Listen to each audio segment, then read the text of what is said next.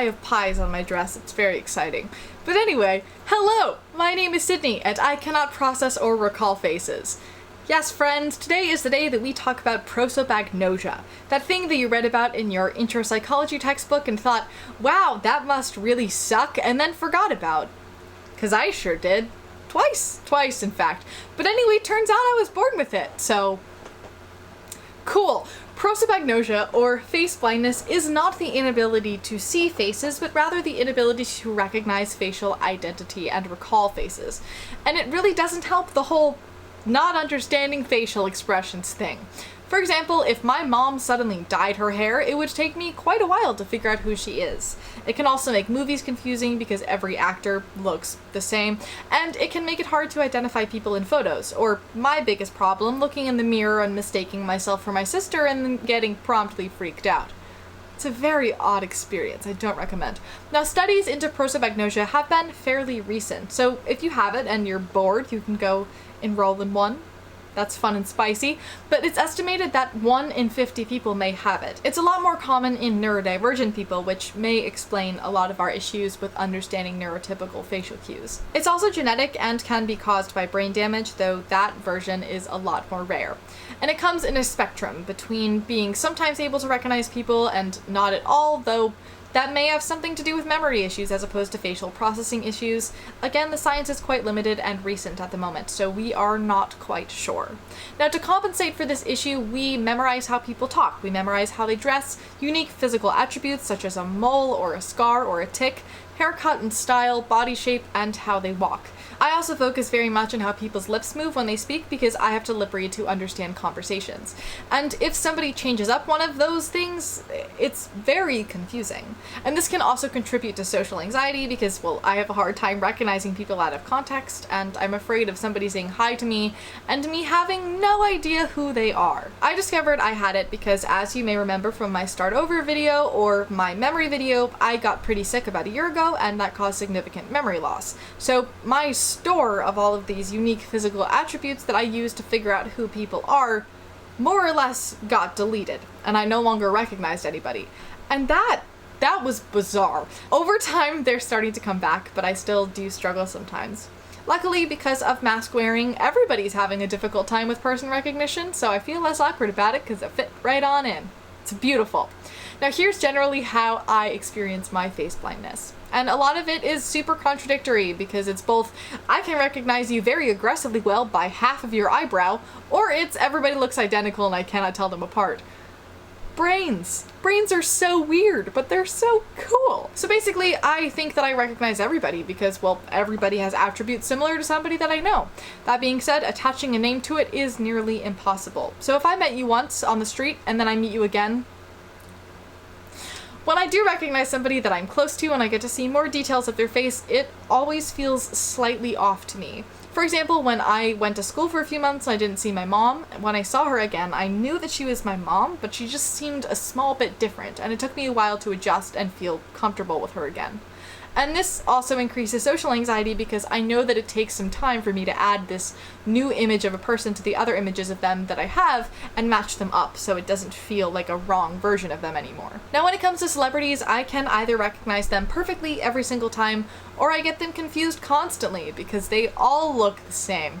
And there's typically no in between, though some actors I can tell who they are throughout a certain movie, and then when I see a picture of them at the Met Gala or whatever, I have no idea who they are, but other ones I can pick out perfectly. I'm also either incredible at matching baby pictures to their adults, or offensively terrible and there's no in between, and no, I don't see faces in dreams or in my head if I try to picture someone. I can maybe get a small piece of them occasionally, but that is very, very rare. Now, I know that it's me in the mirror because, well, nobody else has fluffy dresses and curly hair and big bows and tiaras, and I am typically the only one standing in front of the mirror. That being said, when I get up to pee at 3 a.m. and my brain isn't working quite right and I don't have my glasses on and I look in the mirror and I see my sister staring back at me, I freak out every single time. And that is one of the reasons why I really hate having my hair straight, because then we look more identical. And last but not least, to those of you who cut and or dye your hair constantly, I love you, but you frighten me. I had a friend who wore wigs all the time, and I thought that I had 5 different friends named Molly who all looked strikingly similar because nobody bothered to mention it. It's also a struggle because, as I mentioned in my coming out video, my type is people with very, very short hair, which means that every time they cut it, it changes their face shape and they look completely different. I used to go with the last person I dated to every single one of her haircuts so that I wouldn't freak out. Honestly, a very cute date night idea if you need one, but for me it's genuinely necessary. And like, I'm not saying that I went and I sat by the front desk and read a book until she came out. I'm saying that like I went and sat right near her so I could watch her get her hair cut so that I was aware that it was still the same person. And it would still take me a day or two to get used to it. There are positives to prosopagnosia though. First of all, for me, I had a mandatory built-in date night every month, so that was super great.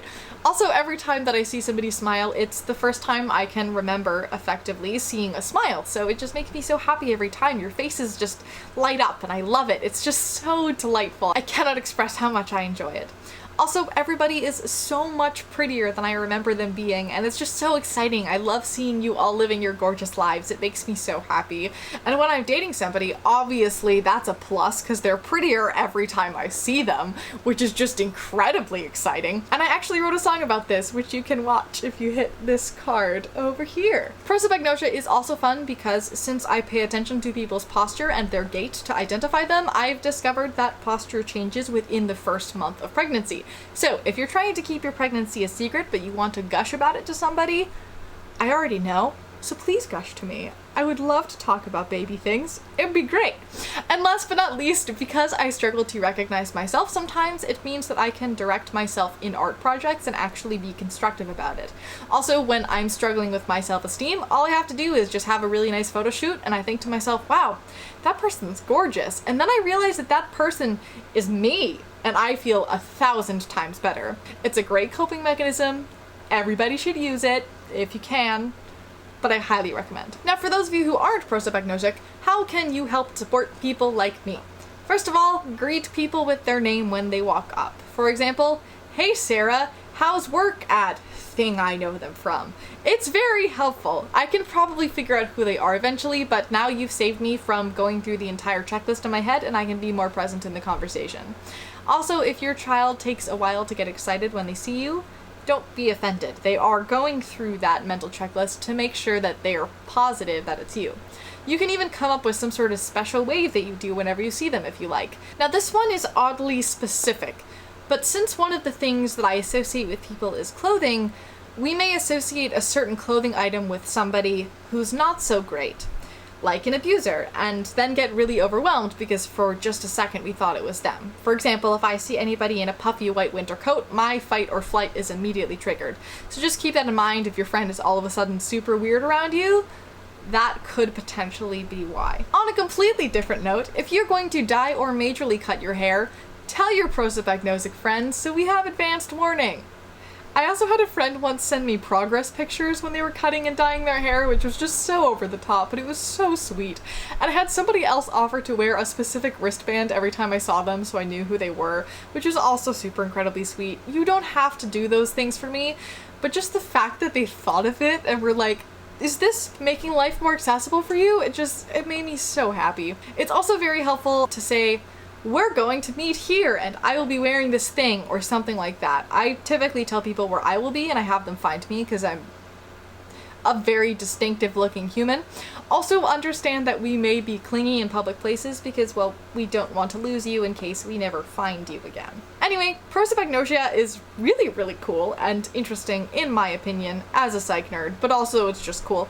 If you have any questions about my experience, feel free to drop them into the comments. I will also probably do a thing on my Instagram story in the next day-ish, so stay tuned for that. And as always, thank you for listening, thank you for learning. Remember, your story isn't over, it has only just begun. I hope you have a happy floppy day, and I look forward to seeing you in the next one.